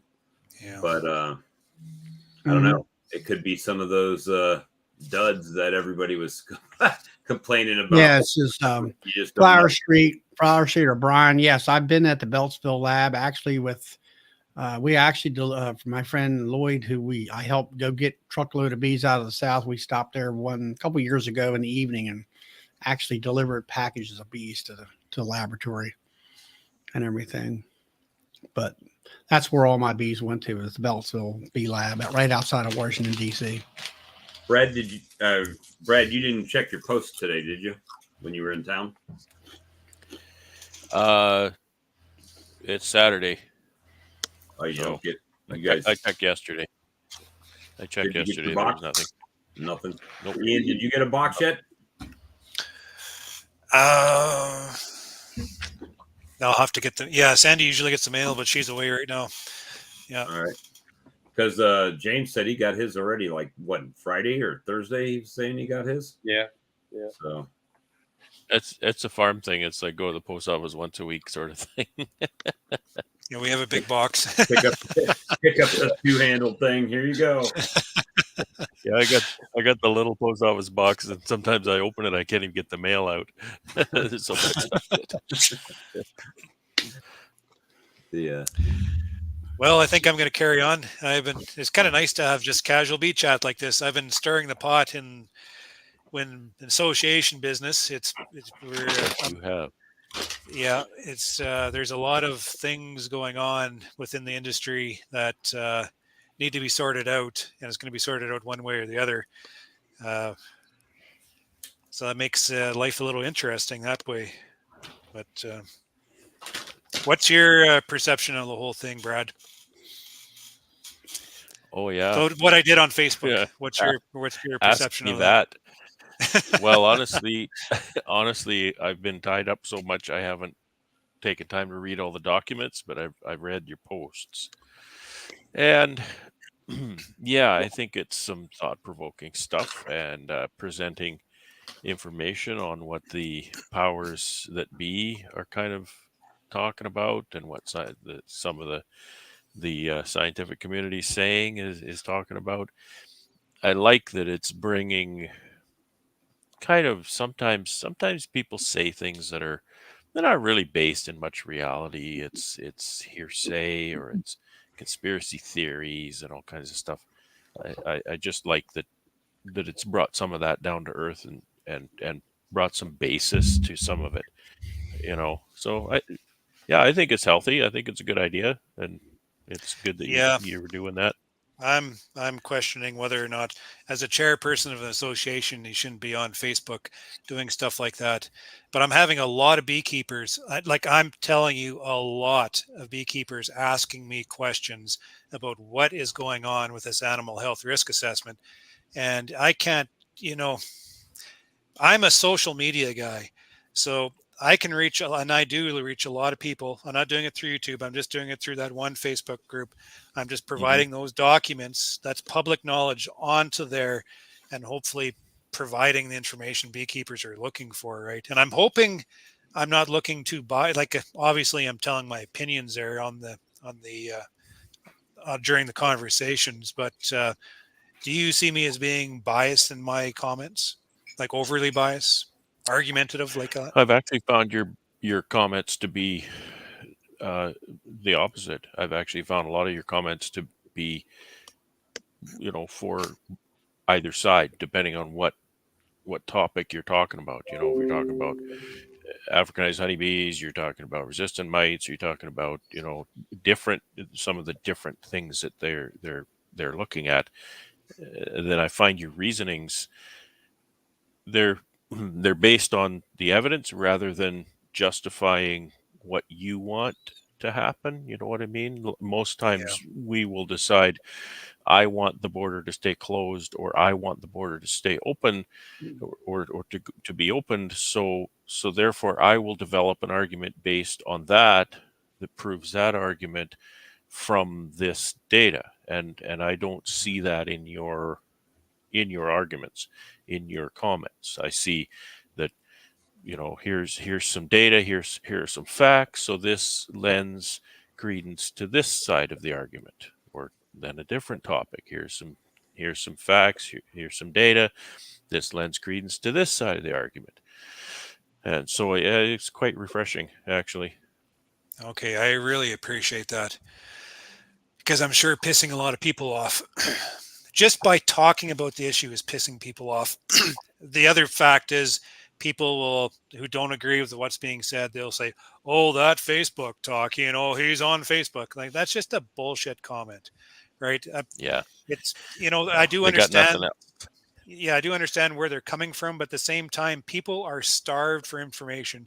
So how do you reach a lot of people within the same group to bring discussion? And hopefully it's civil, and you know how discussions go. Sometimes, a lot of the time on Facebook, they don't. But you can, Right. but you don't have to read those comments, right? You can just skip over and you can read the comments that are pertinent to you, or the article, like the original post, has the information from a certain person to provide, is being submitted to the CFIA for this animal health risk assessment, and people don't know about that. So here it is. Read it. Yeah. Make your own bloody mind up, right? So Yeah. I've been losing a little bit of sleep And over it, because as a chairperson, I shouldn't be doing stuff like that, and I know I shouldn't. But at the same time, this is what I do. This is who I am. This is how I reach people, is by just stirring the pot a bit to get conversation, get it out there, get talking. Because the worst thing people can do is just, not say anything and just sit back. Like, as a chairperson, trying to manage a group of people who don't say anything, how do you manage nothing? You need to hear the voices to be able to manage the tone of the issues and weight the issue a particular way, right? So I've been finding it really challenging. I'll probably lose my job over it, but just do this. It is what it is, I guess. Well, your high-paying chair position of the association, you're worried about losing that job? All you guys, is that what you're worried about? All you got to remember. Well, no, not so much. Sorry, Bob. Not so much losing my chairperson position, but I guess what I'm scared of is I'm going to alienate the membership in a certain way, one way or the other.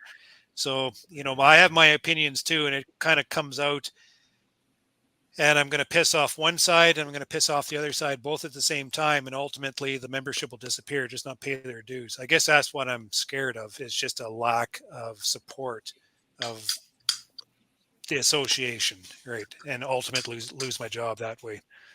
But get some Skittles again. I don't know this Skittle joke. I'll have to go back to one of your other. That was, don't go there. Don't go. Okay. Just think, just leave the Skittles thing alone. That's all you got to remember is WWBS. What would Bob say? Then do just the opposite. You'll be fine. Definitely don't say that. Well, what would Bob say in this? Yeah, I'm not going to say that, and then you'll be good. What? I said say just WWBS. What would Bob say? And then do just the opposite. And then you'll be fine. No, so what night? Hey, Bob, or put up Doug's comment. It was Thursday or Friday night. I did a thing about being consistent in your mite shake scoops, right? So you have consistent results across your thing. And I did an example using Skittles and using different size cups and how many. Yeah, is kind of like your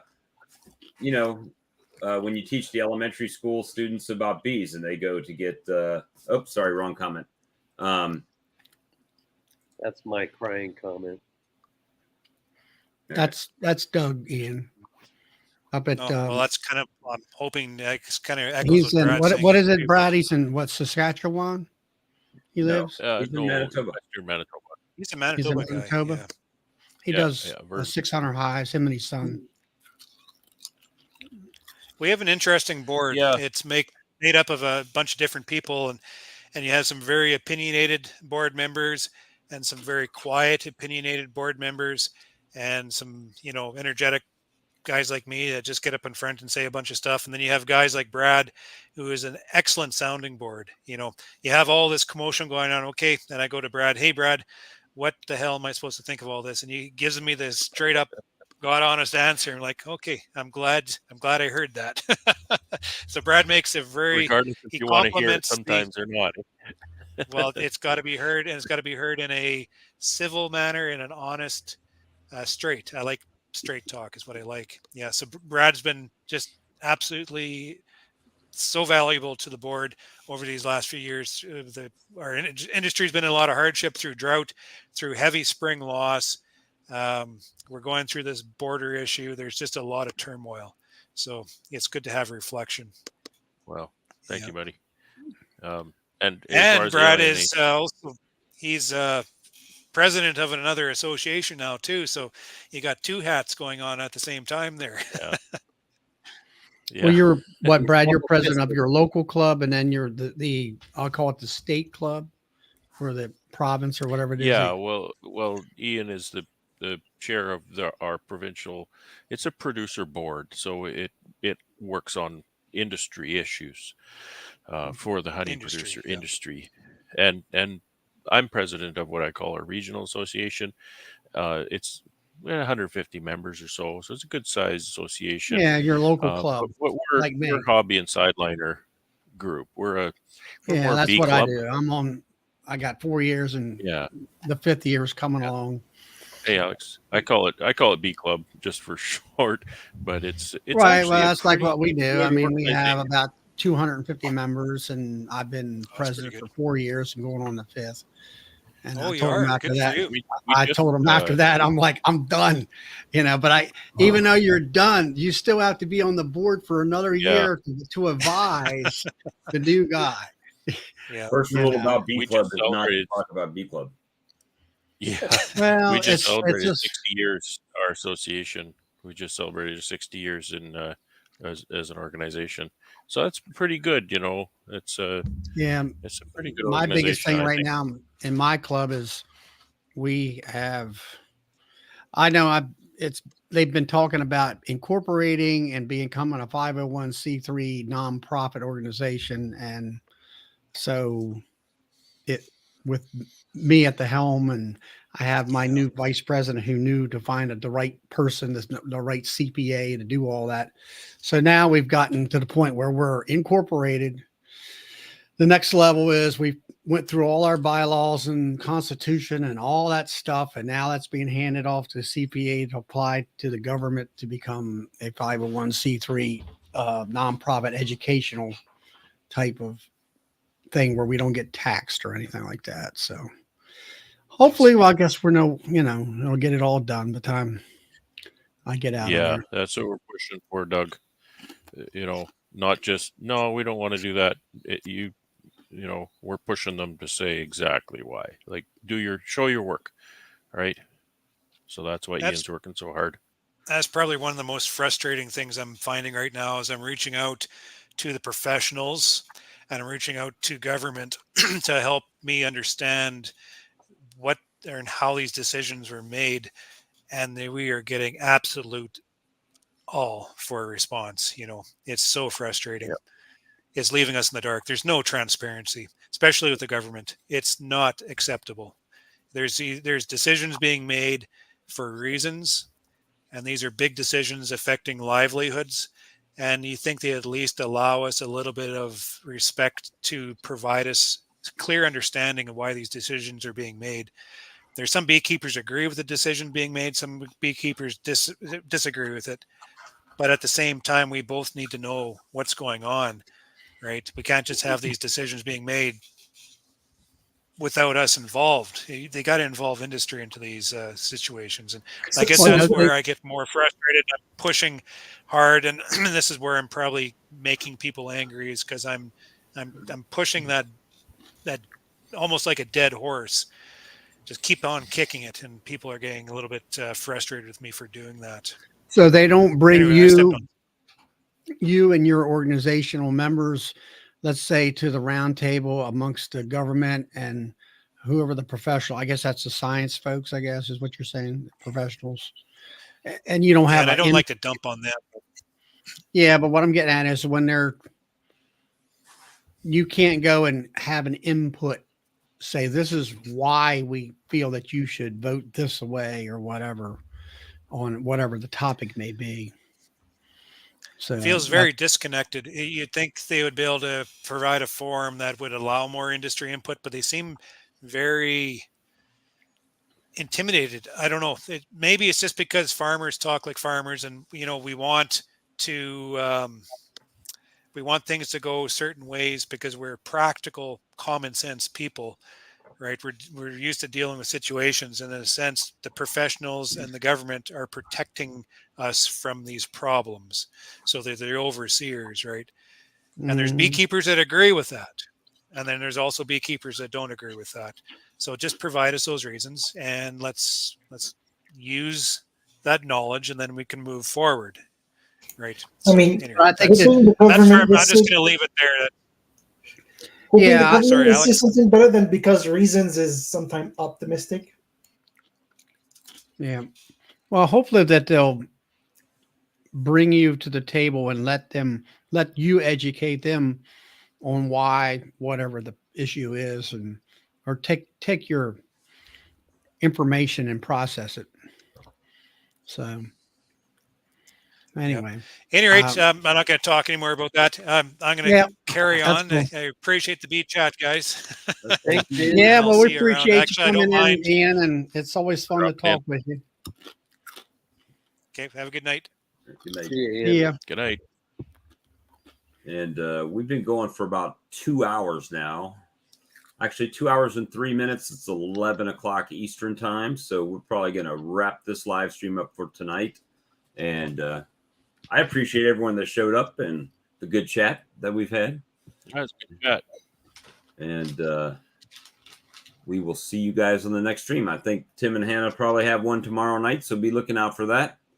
And I should have a bunch of tablets here tomorrow. Bunch of them, so it should be good.